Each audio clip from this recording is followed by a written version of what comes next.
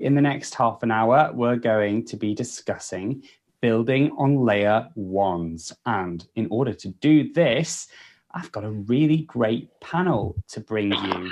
I'm joined by Marko from Cosmos, Denko from Reef, Mustafa from Celestia Labs, and Terry from Klaytn. And gentlemen, it's a pleasure to see you all in fine form this afternoon. So here's what we're going to do to begin with. You've each got 30 seconds to simply describe your projects. And if you fail in this challenge, you're going to be banished to layer 5 forever. So, Denko, we'll start with you. Sure. I'm CEO of Reef, and Reef is a layer 1 project. It's built with the Substrate framework. It has EVM compatibility, and it's specifically built for DeFi, NFT, and gaming. That was brilliant. You have 15 seconds to spare there. You'll get that back later on, I promise. Okay, Marko, you're next. Awesome. I'll give it a go. I work on the Cosmos SDK, which is a framework to build blockchains with. So of the likes of Celestia and Osmosis and Terra and the Cosmos Hub, they all use the framework that we build on our day-to-day. Oh, I'll tell you what, we're all feeling punctual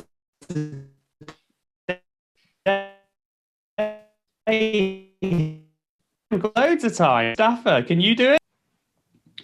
Sorry, there's I don't know whether we can connection error. There we go. Can you hear me out? Yeah. So, hello everyone. So Celestia is what I describe as a modular consensus layer. So if you want to create your own blockchain, but you don't want to go through the overhead of having to deploy your own validator set, you can just plug in Celestia as a consensus layer, and you can very easily spin up your blockchain very quickly. Amazing. Thank you so much. And that leaves the one and only Terry to finish us off with the introductions. Hi, Terry. Yeah, hey, everybody. So Klaytn is a layer 1 EVM equivalent blockchain with instant finalization and 1 second block times and some other interfacing modifications. But aside from this, we're making a push into the metaverse and gaming as many of the others here. Fantastic. Well, pleasure to have you all with us. Thank you for being here. Just a reminder, if you're watching us on YouTube or if you're in the metaverse, we would love to have your questions and I can ask them to this fine panel. You can go on our Discord channel or drop us a comment on YouTube. But first, let's go to Terry for our first question. And for our viewers, can you give a basic explanation of what layer 1 is? This is interesting. So usually coins termed in the blockchain space don't really find a good definition until after a while that they've been out in the space. But I'll just give you what I think a definition of layer 1 is.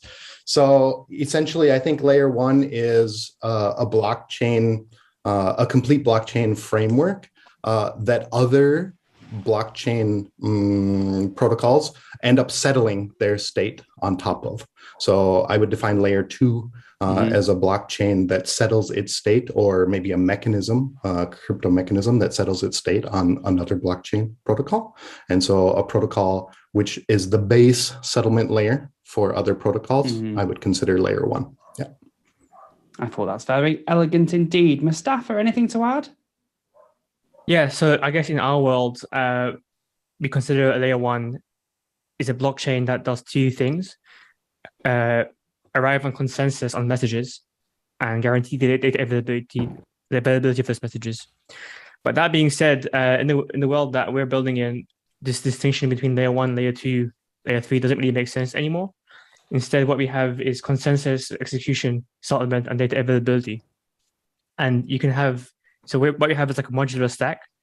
And instead of having this distinct, and in that kind of world, this distinction between layer 1 and layer 2 starts to break down. Because ultimately, a layer 2 blockchain and layer 1 blockchain are just blockchains. It's just that they're using different components and doing slightly different things. Okay. Okay, well, thank you very much. Now, Marko and Denko, you're going to share this next question.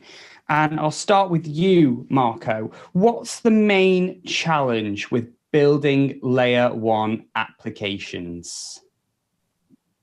I'd say the human overhead. From a technological perspective, many things have been created, and we're kind of in this phase of like rinse and repeat. The frameworks that exist in the world, the likes of Cosmos SDK and Substrate, make it tremendously easy to actually develop a blockchain. But the hard part is actually the human coordination and getting your validators and making sure everything runs correctly. And so I'd say it's the human coordination aspect of everything.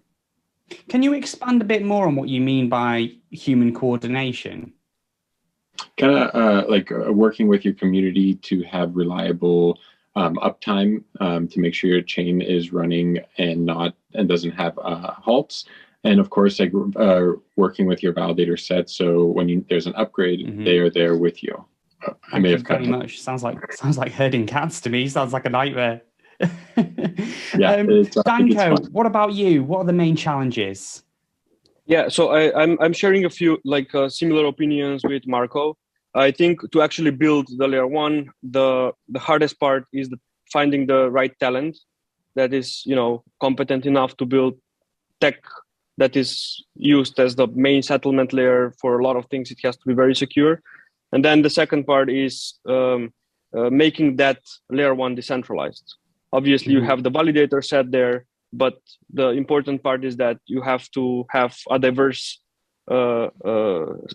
people running the validation, and getting all these third parties on board is hard. And regarding upgrades, Reef has through the networking layer, we have automated way where the blockchain is self-upgradable. So we try to make it easier for validators to not have to reinstall their clients. Everything is like Google Chrome. Basically, you don't know when the updates are happening. But yeah, this would be definitely the hardest part, the talent, and then the validator set decentralization. Yeah, you make a really good point about talent. Do you think, Denko, that we've got a shortage of blockchain engineers and developers? And do you think that this shortage is going to improve anytime soon? Yeah, so I think the barrier of entry is, we're trying to improve it by creating frameworks like Substrate, for example, because then the blockchain developers don't have to start from the very bottom of the vertical stack. So they don't need to worry for the peer discovery mechanism. This is already done down the line. But even if we are reducing the barrier of entry, with the demand for blockchain developers, it's increasing way more than the supply.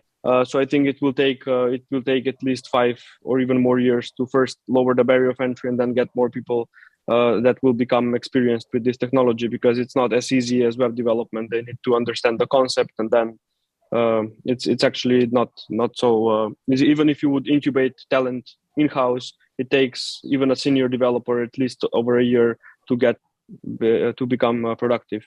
Now, one thing that will improve this is, I think, the bear market, as we call it, because more talent becomes available as projects try to reduce their burn rate. So this is a very good opportunity for us right now to expand the team. Yeah, you make a really good point. 5 years as well. I mean, we've got some time on our hands, haven't we, to kind of get this sorted. Reef, I can see getting some love in the YouTube comments. Layer 100 Crypto, who's watching, hello, says Reef, 2 rockets. So there you go.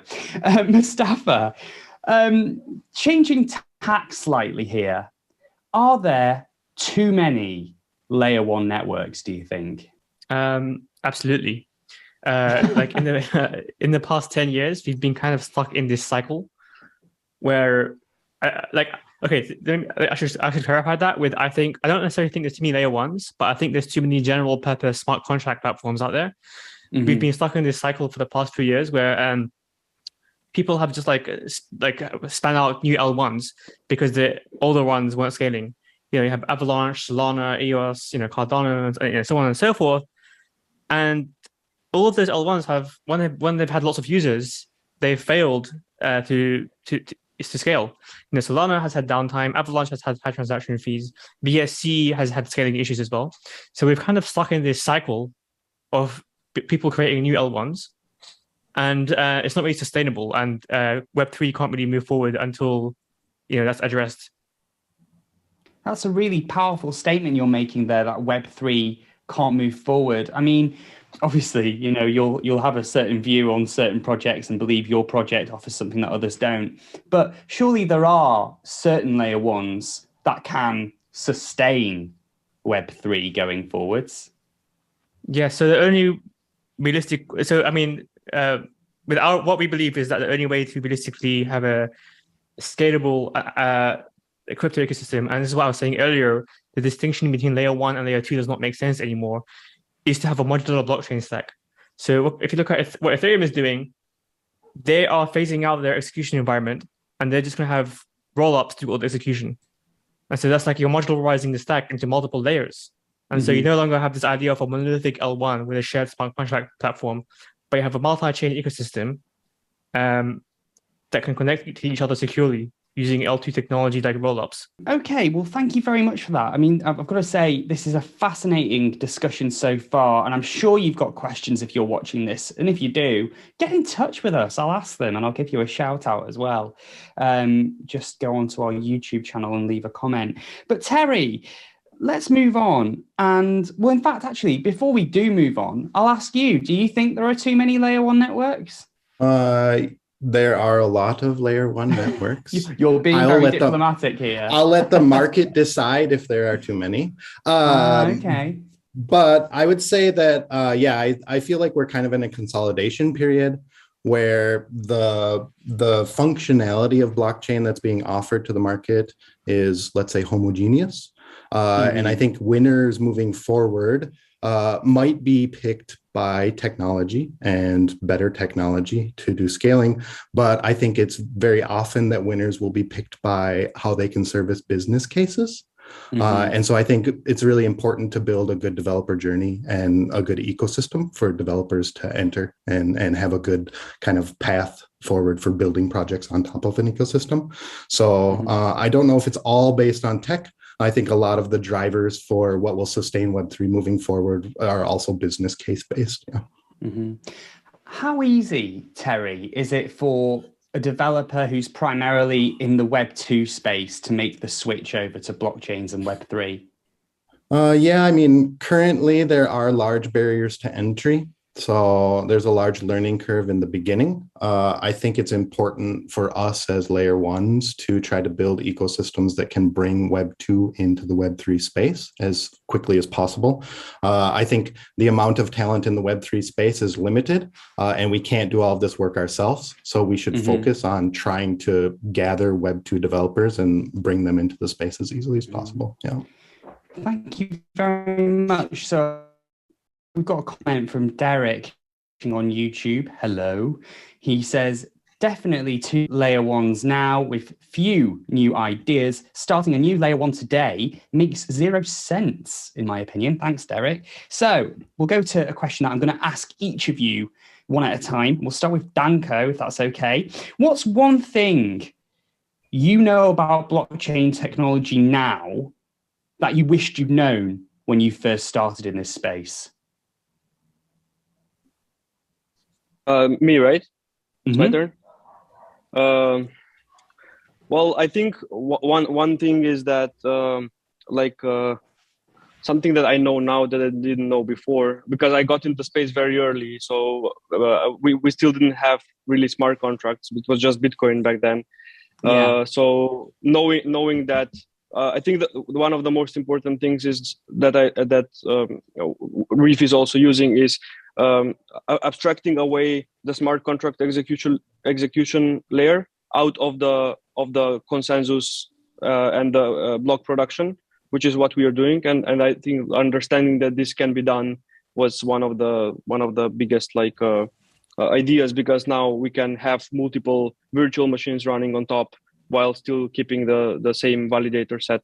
And that's something similar that Celestia is doing, except that you can spin up your own chain and don't worry about the validator set. Here, we instead of having a blockchain, we have multiple virtual machines. So that was one of the biggest ideas. Thank you very much. And Marko, I'll ask you the same question. If you could revisit Marko a few years ago and give yourself some advice from the future, what would it be? I would kind of like iterate kind of like the last question you had about onboarding engineers. It's like I think it's a daunting, like looking at the engineers that are in the space, it's very daunting. Like they look like they know everything, that they know so much. But I'd say like don't be afraid, just dive in, because they probably know a little bit more, but they're just like they're just very active. And so it's like don't be afraid to just dive in and just have fun.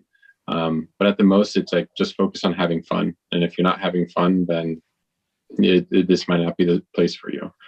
That's a really nice way of thinking about it. Mustafa, what about you? Well, I was involved since 2011.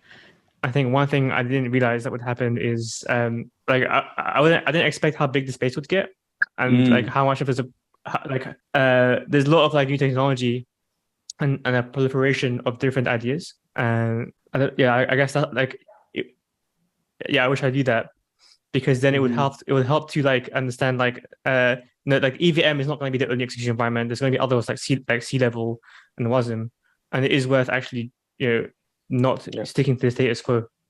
And Terry, what about yourself? Anything that you wished you'd known, or a particularly big lesson you've learned so far being involved in blockchain? Yeah, I think I would kind of mimic or fall in line with Marko's kind of opinion, whereby Bitcoin provides an elegant and interesting solution to a lot of questions, but it's not magic. And so I think lots of people are afraid. I mean, it's deep. And so lots of people are afraid to come into the space or feel blockers in this case. But at the end of the day, I mean, you just jump in and you figure things out along with everyone else and kind of start that journey as fast as possible. So I think for me, I wish that I would have started my journey. So I was introduced to Bitcoin in 2011, but I didn't actually start my development journey in the space until like 2013. And so I wish I would have kind of started sooner. Yeah. Yeah. Well, you were pretty early, so don't beat yourself up too much about it. We have got some questions, so thank you very much for sending those in. We have got time for a couple more if you do want to carry on sending them. And again, Layer 100 Crypto, the Reef lover, is messaged in with a question, and I'll put this to Marko first, if that's okay. He says, they say, sorry, I don't want to assume your gender. I would like to know, what's the key point to bring normal people who never have used any crypto products?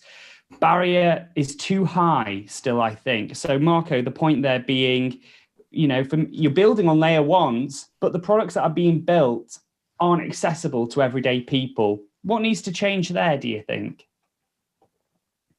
I think there's many layers to that question.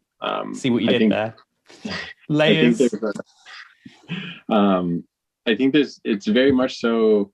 First of all, like the security, kind of like there's a lot of scams in this space. And if we look at wallets alone, like if you go to MetaMask, there's probably like 3 MetaMasks in the Google Chrome store. And you don't really know which one to like download. And so figuring out one way to like, first of all, get the right thing into people's hands so they don't get scammed, because all the scams is really pushing people away. And to the second point of like really people controlling their own keys and really controlling their own info, this is going to be a hard thing to really do unless there's a third-party provider like a bank which people trust that do it for them, but then it kind of defeats the purpose. And so it's kind of like the chicken and egg problem. It's like, do you allow the banks to like custody your funds, but then it defeats the purpose? Or do you... See, this is where I get stuck, Marko, because I completely get the rationale of wanting to control your own funds and not have to rely on banks.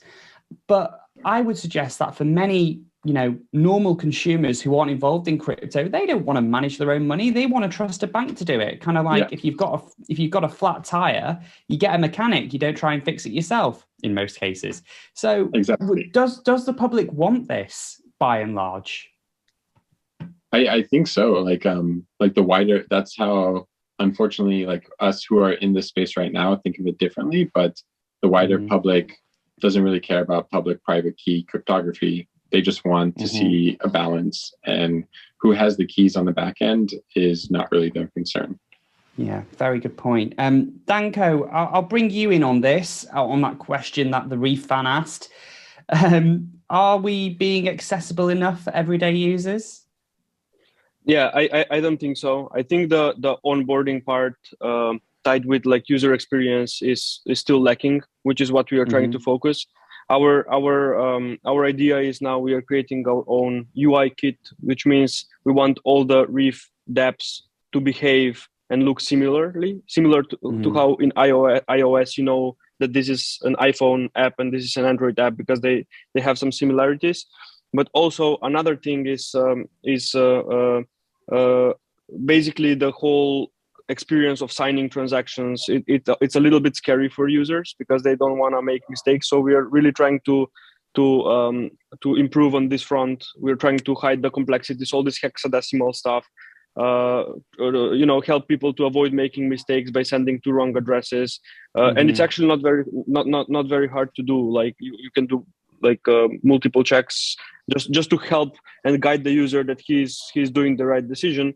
And when it comes to them, you know, when you mentioned holding, the money or banks, I mean, this landscape has been evolving beyond that, because now we're talking metaverse, we're talking like interacting with games and all of that. So they're not really like, it's not like all their money are dependent on them not making the right decisions. They are playing with a small amount of money, maybe to buy some item in a certain game. So this user experience needs to be improved as well.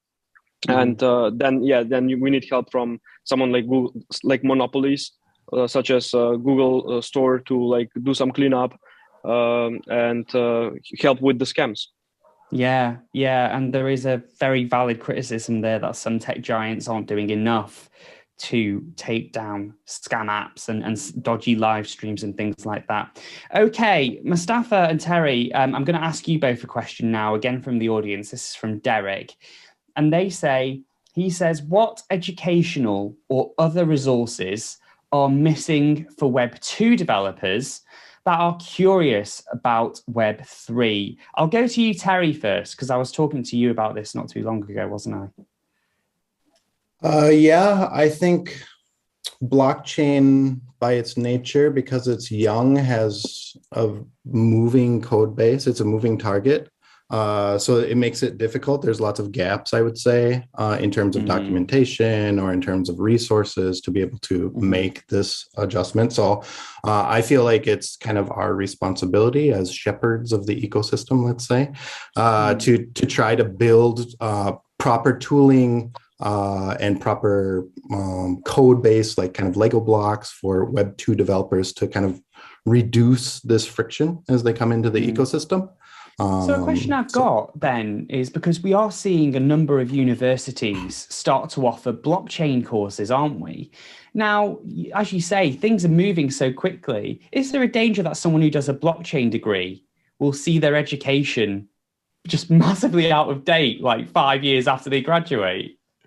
Yeah, I mean, we always say in the blockchain space, it moves five times faster than any other industry, right? So what you're doing 2 months from now might be completely different than what you're working on now. I'm not going to talk against getting a degree. I think there's something to be said about getting kind of base competency.